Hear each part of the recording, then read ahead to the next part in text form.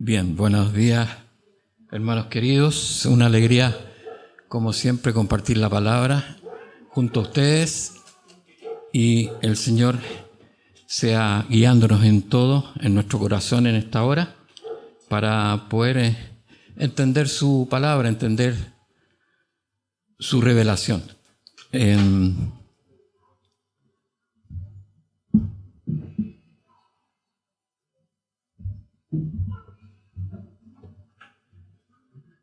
Nosotros habíamos quedado la última vez en el capítulo 7 de Apocalipsis y como para ir retomando este libro, debemos un poco introducirnos en el contexto en que nos encontrábamos en el capítulo 7. En ese momento, en el capítulo 7, vemos dos visiones. Una en el cielo, Dios en el trono, junto al Cordero, con el Cordero, junto a los ancianos, la iglesia, los seres vivientes, está todos los ángeles. Esa es la visión en ese momento, hasta ese momento, en el cielo. Delante del trono del Señor están los santos de la tribulación. Esa es la visión en ese momento. Así lo dice en Apocalipsis 7, 9, dice: después de esto miré y he aquí una gran multitud, la cual nadie podía contar, de todas naciones y tribus y pueblos y lenguas, que estaban delante del trono en la presencia del Cordero, vestidos de ropas blancas y con palmas en las manos. Estas son las personas de todos los credos en las naciones, a pesar de que Dios está aplicando un juicio justo, correcto. Él también al mismo tiempo estaba salvando y rescatando almas. Es algo que el Señor solamente puede hacer. Es increíble cómo Él al mismo tiempo de estar juzgando en la tierra, también al mismo tiempo estaba salvando almas por la misericordia de los que se arrepienten, a los que están en el tiempo de arrepentimiento. ¿Y por qué lo hace el Señor? ¿Por qué es tan misericordioso? ¿Por qué Él salva, sigue salvando hasta el último? En Génesis 22, del 15 al 16, dice: y llamó el ángel de Jehová a Abraham por segunda vez desde el cielo, y dijo: por mí mismo he jurado. Por mí mismo, dice el Señor, he jurado, dice Jehová, que por cuanto has hecho esto y no me has rehusado tu hijo, tu único hijo. Por esto Dios está siempre extendiendo su salvación para todos los que creen, tanto judíos como gentiles.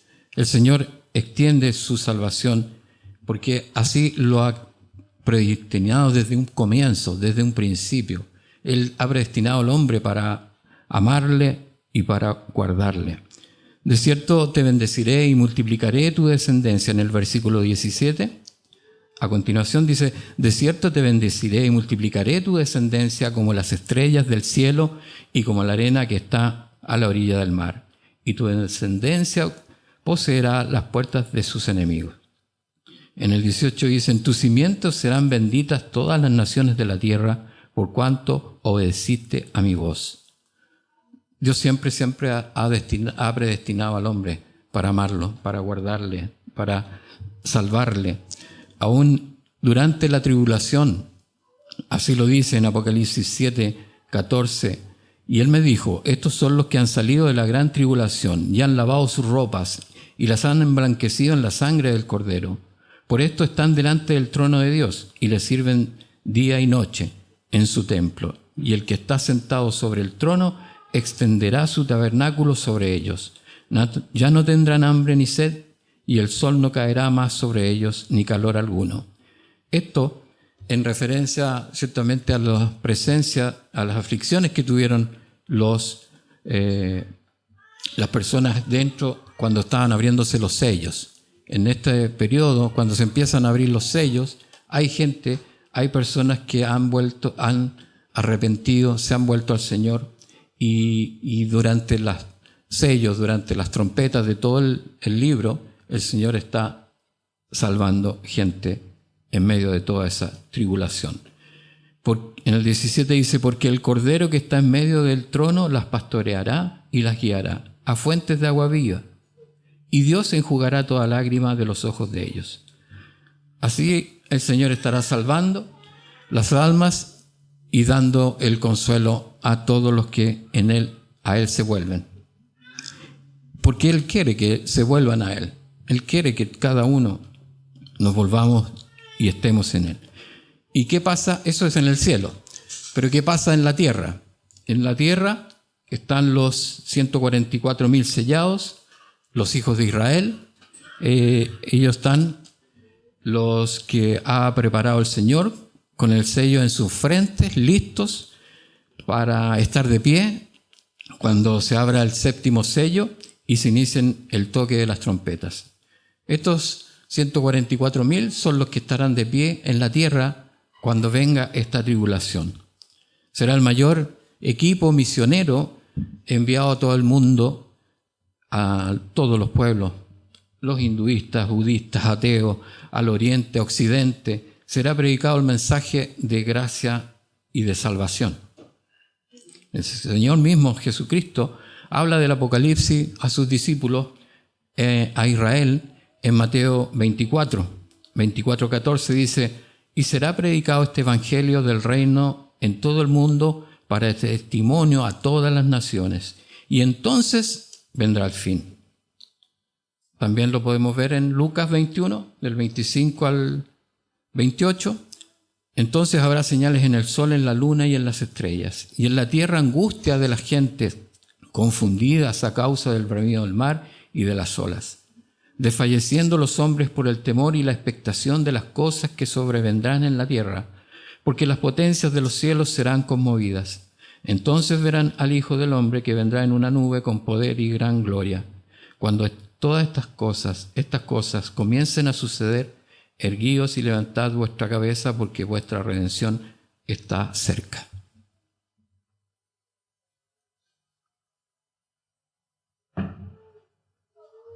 También lo dice en otros versículos, en el mismo Lucas 21, dice en el 35 y en el 36, porque como un lazo vendrá sobre todos los que habitan sobre la faz de toda la tierra.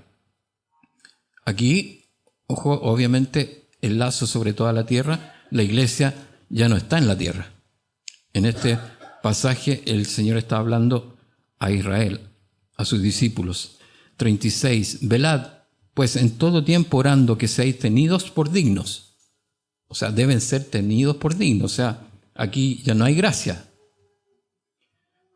Ser dignos de escapar de todas estas cosas que vendrán y de estar en pie delante del Hijo del Hombre. Vimos los que pueden estar de pie. ¿Quiénes son los que pueden estar de pie delante? Es los 144.000. Los que están sellados por el Espíritu del Señor. Estos los que pueden estar de pie en la tierra cuando venga este tiempo de tribulación. La iglesia, cuando habla el Señor Jesucristo en estos pasajes 24, en Mateo 24, la iglesia hasta ese entonces aún seguía siendo un misterio. Este fue introducida solamente en Pentecostés. La iglesia nace en Pentecostés después de la muerte y resurrección del Señor Jesucristo. La noche que fue entregado el Señor Jesucristo en la última cena, Israel muere, pero no muere el pacto de Dios con su descendencia. Muere Israel y nosotros en la última cena recordamos el nuevo pacto. Más tarde, también la iglesia revelada por el apóstol Pablo.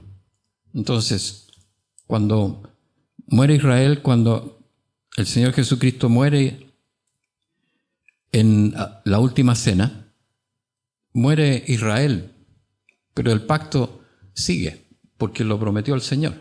El Señor lo juró por sí mismo. Muere Israel, pero el pacto sigue. Pero nace la iglesia, que es revelada por el apóstol Pablo. Después de la muerte de Cristo, los apóstoles judíos nacen en Pentecostés con el Espíritu Santo, que ahora conforma la iglesia de Cristo. Y estas dos visiones, hermanos, de la iglesia por un lado, Israel por el otro, podríamos preguntarnos si es bíblica, si está respaldada, porque ve dos visiones: la iglesia en el cielo y en la tierra a Israel. Estas dos visiones que nos muestran, ¿lo podemos ver en el Antiguo Testamento? Obviamente que sí, porque el Señor lo pone en Génesis 22, 17. Dice: de cierto te bendeciré y multiplicaré tu descendencia como las estrellas del cielo. Aquí las estrellas perfectamente cuadran con la presencia de la iglesia que está en el cielo. Son la luz del mundo. La iglesia representa las estrellas, que son la luz del mundo. La luz del mundo, lo dijo el Señor, que era su iglesia. Y como la arena que está a la orilla del mar, esta puede ser y puede describir perfectamente a Israel, que es la que poseerá la tierra. La arena del mar, como la tierra, que también poseerá la tierra en el reino de Cristo. Y tu descendencia poseerá las puertas de sus enemigos. Aquí me quiero detener un poco, hermanos, ya que vemos cómo avanza en estos momentos la guerra de Israel en Medio Oriente. Y bueno, dentro de la iglesia hay distintos enfoques que han surgido. Hay iglesias que hablan de que Israel está bajo la ira de Dios. Y claro, se puede pensar estas cosas porque el ataque que se hizo a Israel fue sorpresivo, fue totalmente... no pudo Israel detectarlo a tiempo y hubo un ataque tremendo. Pero lo compartía en la reunión de oración. Hay una filmación del ataque, y que en un momento aparece, en el pasar del video, aparece una figura, y que es muy semejante al dios Shiva. Al dios Shiva, que es el dios de la destrucción, que baila para crear una nueva vida en India. Entonces, uno se pregunta, bueno, ¿qué tiene que ver, qué tiene que hacer un dios Shiva en el desierto de Israel? Un dios pagano, ¿qué tiene que ver, qué tiene que hacer en ese desierto que es de Israel? Un dios que tiene boca pero no habla. Y ese mismo lugar se inició la masacre a Israel, sin que el ejército más avanzado y con la tecnología militar pudiera detenerlo. ¿Cómo se repite la historia de la adoración en ese festival en el desierto? Un festival en el cual tiene figuras y monumentos a dioses paganos, y se repite la historia con la adoración del becerro en el desierto. Por ese lado podríamos decir, claro, se justifica. Otros hablan de que Dios defiende a Israel, y como que Dios tampoco se dio cuenta y de repente, ahora sí lo atacaron y ahora Dios sí va a reaccionar. Y que Dios sí ahora va... Entonces surgen distintos conceptos, ideas con respecto a lo que está ocurriendo en estos momentos en la tierra de Israel. Israel sigue siendo el centro al final del mundo, a pesar de todos los años que han pasado. Israel sigue siendo, porque Dios así lo puso. Dios lo puso aquí en su palabra, y hoy día, después de 6.000 años, su palabra está vigente. Y como sabemos, la palabra profética más segura es la de la Biblia, y lo hemos leído anteriormente. Sabemos que Israel en estos días es un pueblo que vive ciertamente nacionalmente, pero muerto espiritualmente. Entonces, Oseas nos habla en Oseas 6, del 1 al 2, dice: venid y volvamos a Jehová, porque Él arrebató y nos curará, hirió y nos vendará. Nos dará vida después de 2 días, en el tercer día nos resucitará y viviremos delante de Él. Israel ciertamente volvió a la vida en 1948 y el año 33, con la muerte de Cristo en la cruz, fue su día de cuando después ya al año 70 fue destruido totalmente y fue esparcido. Israel no existía. Y después de 2000 años, que son 2 días, como dice aquí la palabra, el tercer día nos resucitará. Si tenemos 2 días, tenemos 2033, porque murió el Señor el 33, 2 días son 2000 años, el año 2033 perfectamente se cumplirían 2 días. Esto obviamente son estimaciones, calculando, pero básicamente lo cerca, lo que estamos en los tiempos, tan cercanos que estamos. No podemos definir ni qué día, ni qué año, ni nada, solamente ver lo cerca que está y lo que al Señor nos manda a su iglesia, a que estemos velando y viendo estas cosas, para que estemos siempre atentos a ver lo que el Señor está y tiene preparado para su iglesia. Nosotros debemos prepararnos porque es su iglesia la que Él está en este momento trabajando con ella. A ella es la que es llamada a predicar en este momento al mundo.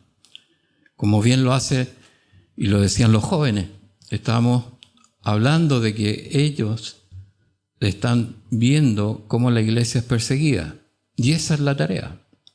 La tarea, algunos es perseguida, la iglesia, por gobiernos, por las fuerzas, obviamente que sabemos que son malignas, pero también hay iglesias perseguidas. Nosotros mismos a veces somos perseguidos de nuestras propias concupiscencias. Nosotros mismos somos perseguidos por nuestros propios ideas o pensamientos y no nos dejamos llevar por la palabra, que es la que debe guiar nuestros pensamientos. Por lo tanto, nuestras aflicciones y todo eso nos persiguen muchas veces, mas nosotros debemos seguir siempre mirando al Señor.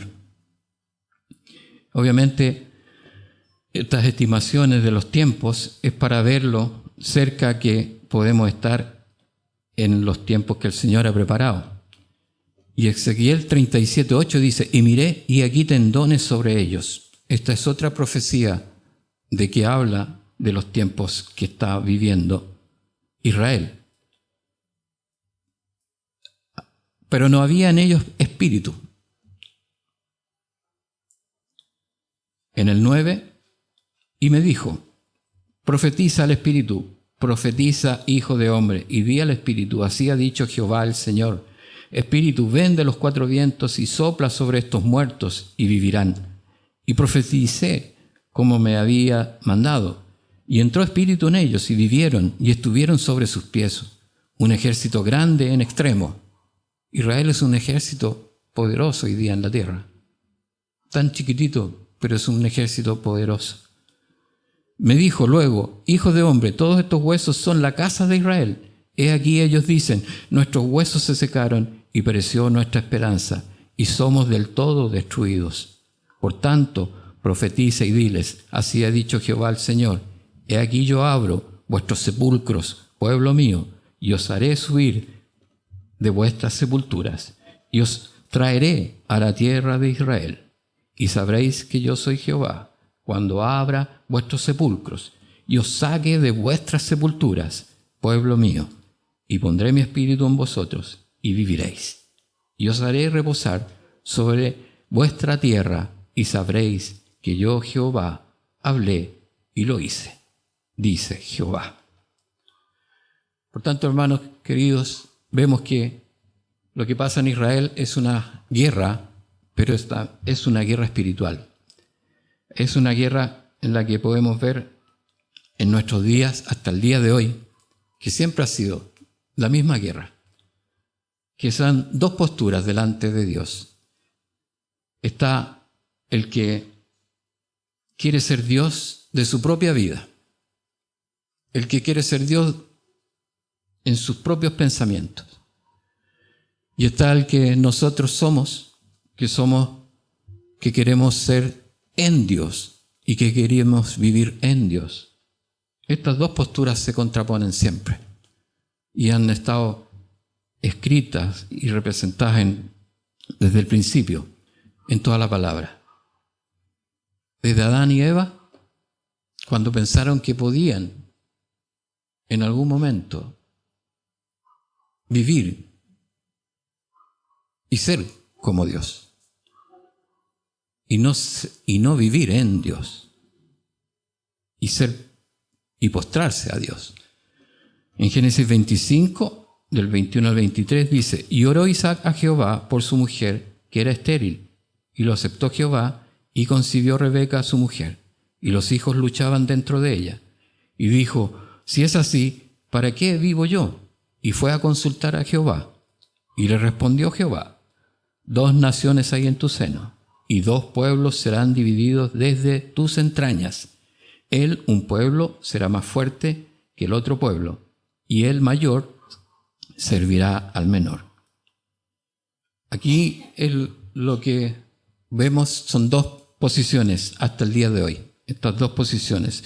Esaú representa al hijo mayor que valoró en poco la bendición de la primogenitura.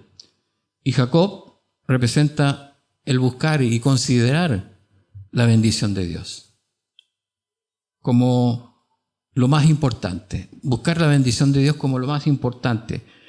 Hasta llega a luchar, dice la palabra, con Dios para ser bendecido, para recibir esa bendición de Dios. Habla la palabra de que lucha con Dios, con el ángel. Es necesario que se haya despojado de toda la gloria el ángel o Dios, tal como Jesucristo se despojó de su gloria, porque en su gloria obviamente habría sido muerto. Y así podemos ver que Jacob luchó por esa bendición, luchó por obtener esta bendición. Jacob estuvo dispuesto a engañar, a suplantar, a estafar, a hacer lo que fuera necesario para obtener esa bendición. Y así observamos que podemos ver en todas estas situaciones que el hombre interviene muchas veces con sus pensamientos sobre los planes de Dios, más que someterse a Dios. Por eso es una alegría ver en nuestros jóvenes cómo hoy día pueden seguir a Cristo sin volver atrás. Es una alegría porque es la decisión de vida, es de vida eterna, sin volver atrás en nuestras propias ideas, sin volver atrás en nuestros propios pensamientos, en nuestras propias inquietudes.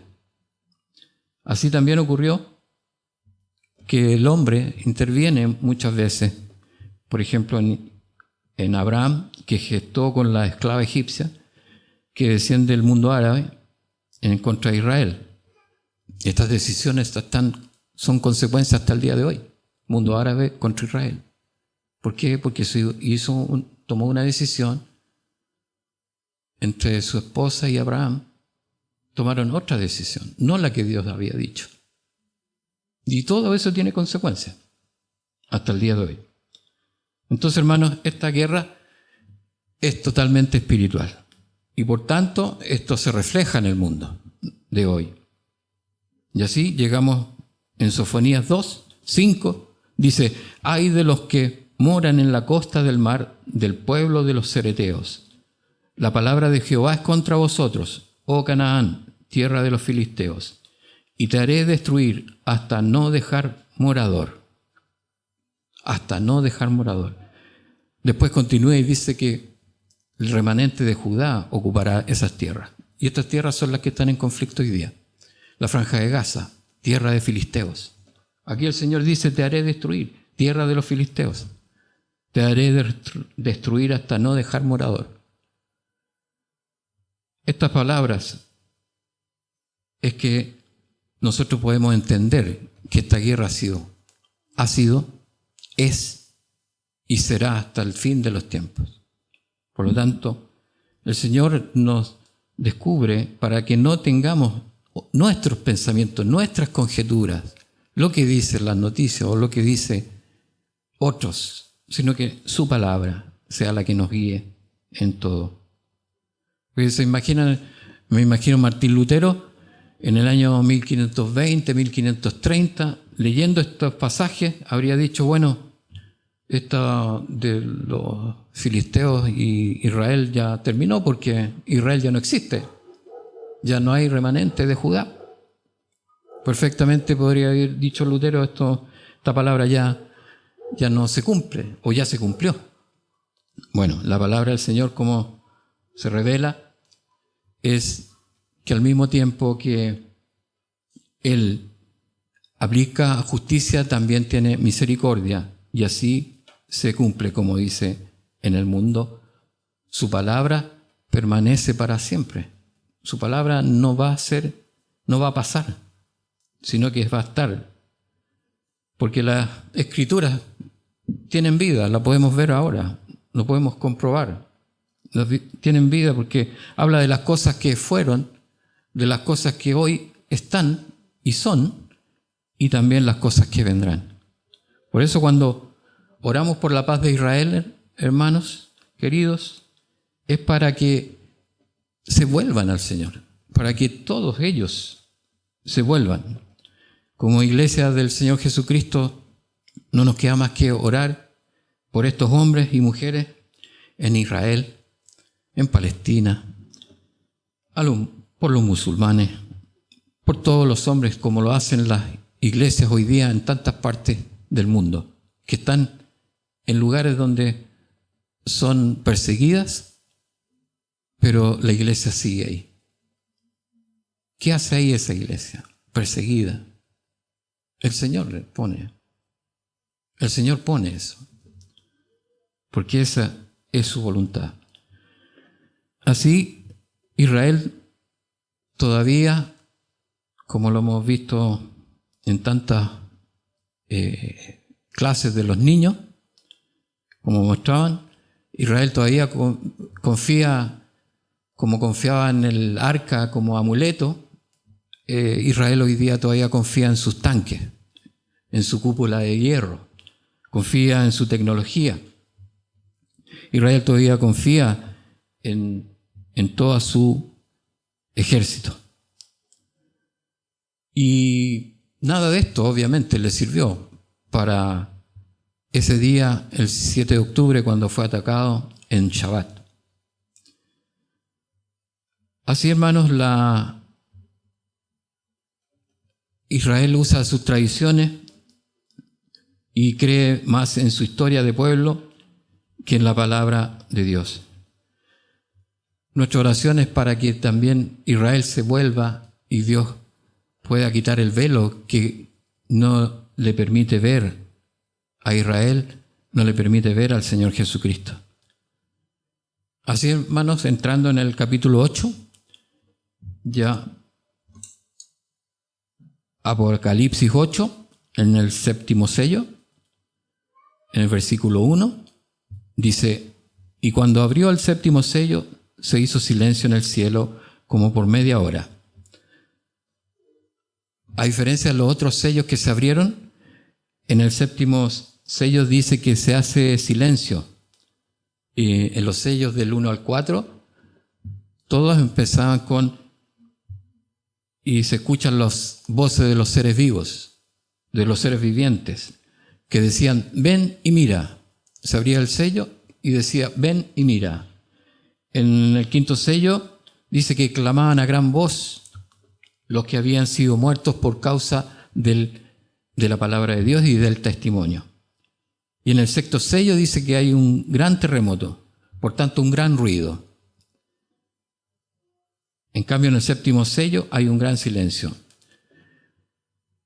Obviamente este gran silencio se representa, es producto de la expectación de los juicios que se vienen y que han de caer sobre toda la creación. No solo sobre la tierra, sino que sobre toda la creación. Sobre todo toca el sol, la luna, las estrellas.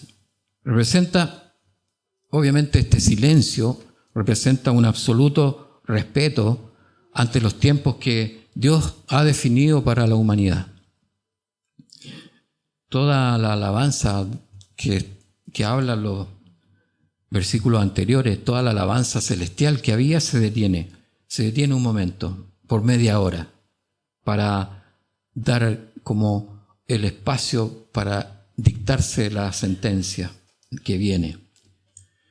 Y en el versículo 2 dice: y vi a los 7 ángeles que estaban en pie ante Dios, y se les dieron 7 trompetas. Aquí podemos ver algo similar, hermanos, que 7 ángeles que estaban en pie y se les dieron 7 trompetas. Algo similar lo podemos ver cuando Josué recibe instrucciones para la toma de Jericó. Y ahí, ¿por qué cuando Dios toma Jericó hace todo este proceso? 1 vuelta cada 6 días y después 7 vueltas el día séptimo. ¿Por qué Dios lo hace así? ¿No podía tomar Dios Jericó como Sodoma y Gomorra? ¿Por qué lo hace así, Señor? Porque el Señor hace de esta manera. Porque Jericó sabía el poder de Dios y se las advirtió durante 6 días. Y al séptimo día se tenían que dar otras 7 vueltas con sonidos de trompetas para que se rindieran a Dios. Pero no se arrepintieron. Estos 6 días eran como los 6 sellos que están anteriormente. Y el séptimo sello es como el séptimo día, que debían dar 7 vueltas, que es similar al séptimo sello, que se deben tocar 7 trompetas. En esto, los números 7 lo hemos visto que representa lo completo. El número 7 representa lo que es total y perfecto. Y así decidió el Señor en ese momento en Jericó, y ahora lo vemos como representa en este momento. Así Josué 6:4 dice: y 7 sacerdotes llevarán 7 bocinas de cuernos de carnero delante del arca, y al séptimo día daréis 7 vueltas a la ciudad, y los sacerdotes tocarán las bocinas. Así como el Señor actúa con juicio, también actúa con misericordia. Las trompetas es llamando a que se arrepientan, a que se vuelvan. Recordemos que ahí hubo una familia que se arrepintió, la familia de Rahab. Fue salvada en medio de todo este proceso. Y así el Señor usa estas fuerzas para salvar. Es como cuando nosotros enseñamos a nuestros hijos, y a veces debemos castigarlo. No lo castigamos para destruirlo, lo castigamos para que se corrija, para que le vaya bien. Nunca castigamos a un hijo para destruirlo. A veces nos duele más castigarlo que dejarlo ser. Por eso, cuando castigamos nosotros, obviamente el objetivo es que se corrija la conducta, para que sea de bien para ellos mismos. Así podemos verla. Continuando en el capítulo 3, otro ángel vino entonces y se paró ante el altar con un incensario de oro, y se le dio mucho incienso para añadirlo a las oraciones de todos los santos sobre el altar de oro que estaba delante del trono. Aquí podemos ver la figura como la figura del sacerdote Aarón, cuando en el día de expiación entraba al lugar santísimo a quemar el incienso destinado a la adoración de Dios, en la adoración de Dios. Pero aquí se le entrega, dice, mucho incienso para agregarlo a las oraciones de los santos, que son las que tienen el sello del Señor Jesucristo. ¿Cuáles son estas oraciones de los santos?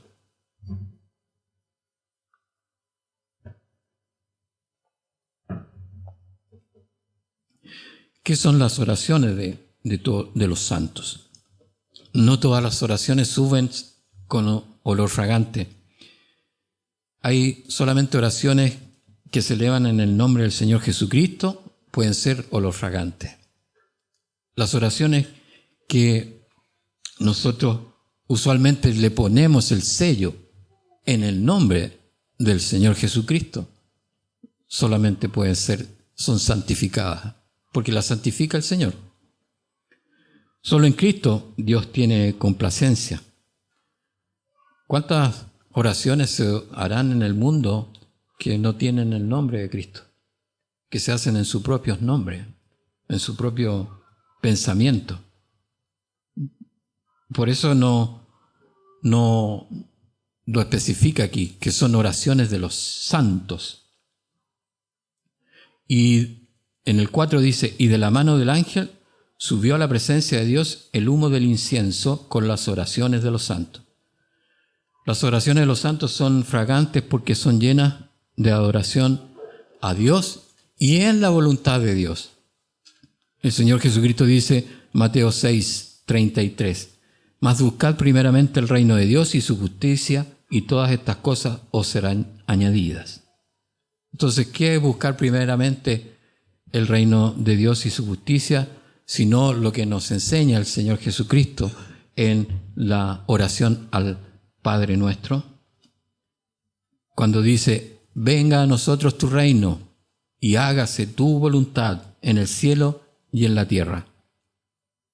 Así nos enseña el Señor en la oración del Padre nuestro. Hágase tu voluntad y venga a nosotros tu reino.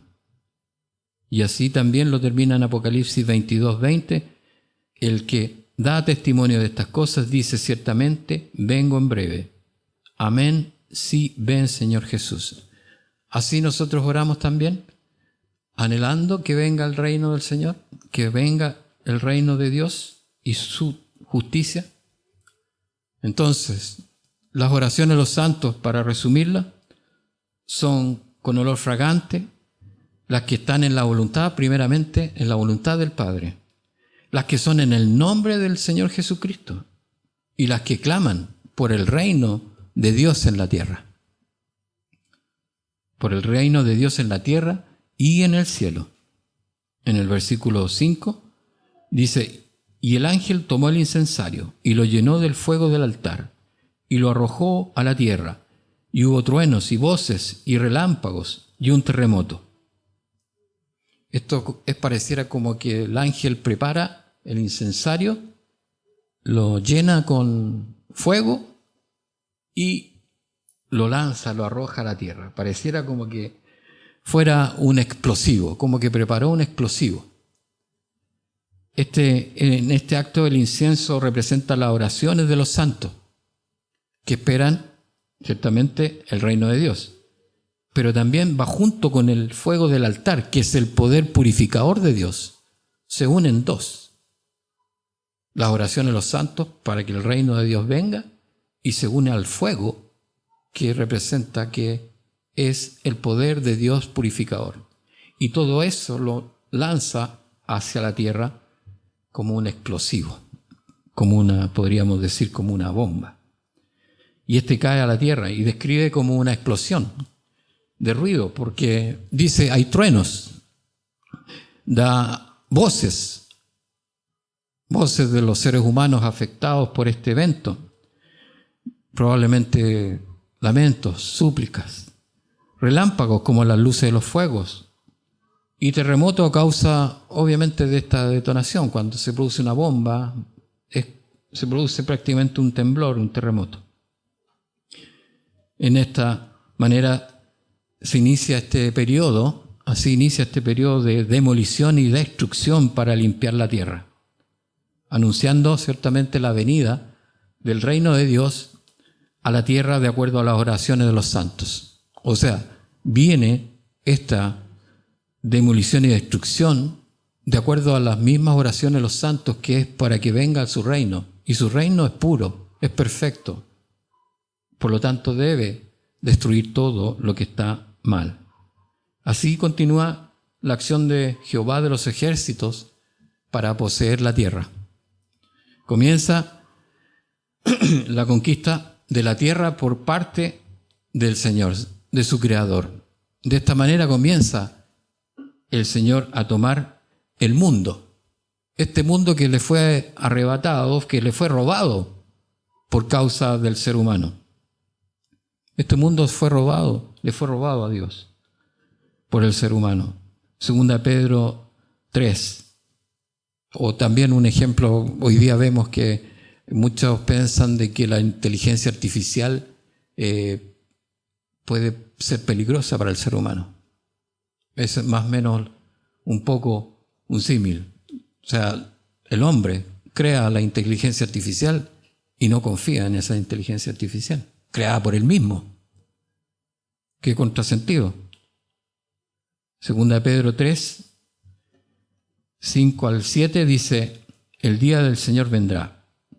Estos ignoran voluntariamente que en el tiempo antiguo fueron hechos por la palabra de Dios los cielos y también la tierra, que proviene del agua y por el agua subsiste. Por lo cual el mundo de entonces pereció anegado en agua. Pero los cielos y la tierra que existen ahora están reservados por la misma palabra, guardados para el fuego en el día del juicio y de la perdición de los hombres impíos. Así, hermanos, comienza esta, como toda guerra, lo podemos ver hoy día, lo vemos en la televisión, que todas las guerras comienzan con primero un bombardeo. Primero se ataca dando bombardeo. Vemos en las guerras actuales que siempre se produce esto. Primero un bombardeo y después entran las fuerzas por tierra o por mar. A continuación la palabra describe el detalle del ataque que hace Jehová de los ejércitos para tomar la tierra. Y así llegamos a Apocalipsis 8, 6 y 7. Y los 7 ángeles que tenían las 7 trompetas se dispusieron a tocarlas. El primer ángel tocó la trompeta y hubo granizo y fuego mezclados con sangre, que fueron lanzados sobre la tierra, y la tercera parte de los árboles se quemó, y se quemó toda la hierba verde. Aquí con la primera trompeta se produce un bombardeo de granizo con fuego y sangre. Se destruye la tercera parte de la vida vegetal en el planeta. Es decir, se corta, como vemos, los alimentos. Así vemos cómo se empiezan las guerras.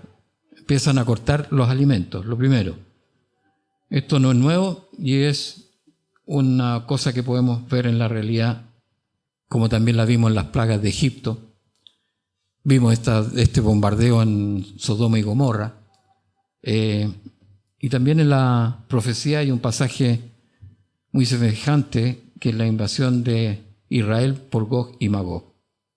También es muy parecido y describe muy parecido a lo que pasa aquí.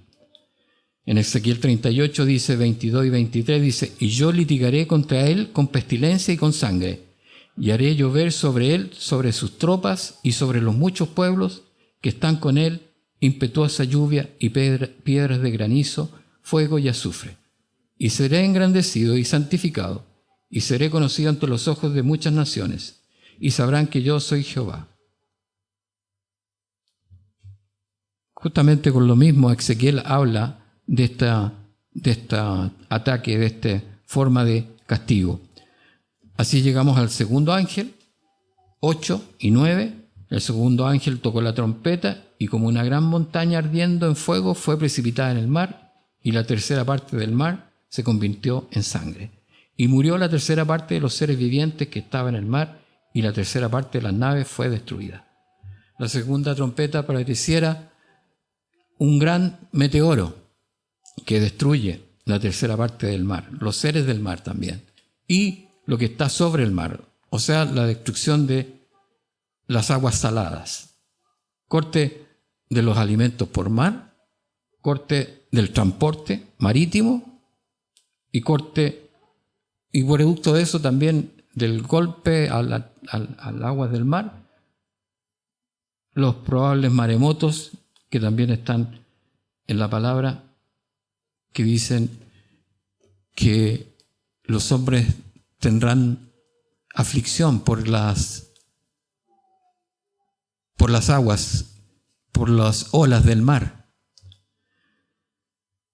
Entonces, en el pasaje 10 y 11 dice: el tercer ángel, llegamos al tercer ángel, tocó la trompeta y cayó del cielo una gran estrella, ardiendo como una antorcha, y cayó sobre la tercera parte de los ríos y sobre las fuentes de las aguas. Y el nombre de la estrella es ajenjo, y la tercera parte de las aguas se convirtió en ajenjo, y muchos hombres murieron a causa de esas aguas, porque se hicieron amargas. Así la tercera trompeta está hablando de que como un asteroide pudiera caer sobre las aguas dulces, o sea, se corta el suministro del agua.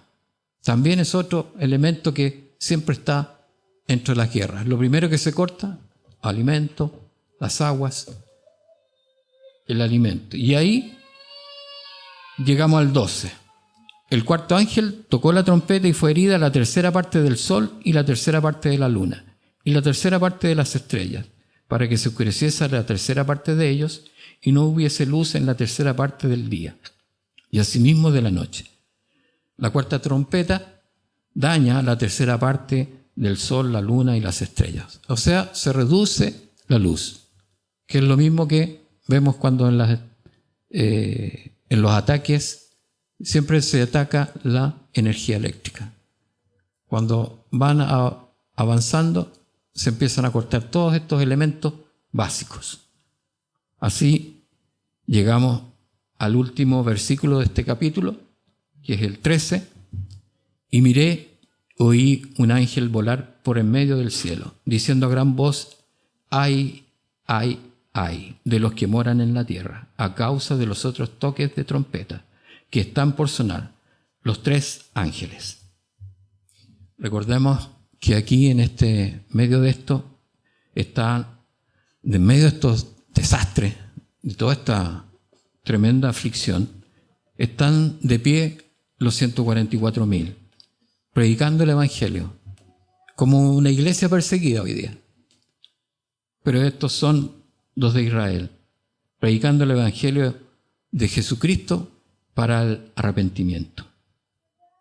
Y esto es muy semejante a la iglesia perseguida, que en medio de esta situación hay 144.000 que son de Israel, que estarán predicando a nuestro Señor Jesucristo. Así, hermanos, para ir bien resumiendo y bien rápido, ya estamos en la hora, podemos ir concluyendo que todo esto que está en la palabra del Señor es para redarguirnos y animarnos, para que la iglesia no tema, porque la iglesia es rescatada antes de toda esta situación. Pero sí, la iglesia es y debe conocer, para que sea predicado y sigamos predicando esto a las naciones, para que sigamos predicando esto que es la palabra y el mandamiento que nos hace el Señor a su iglesia, para que seamos luz en medio de todas estas situaciones. Hoy día se habla de Israel por acá, por allá, pero no hay luz.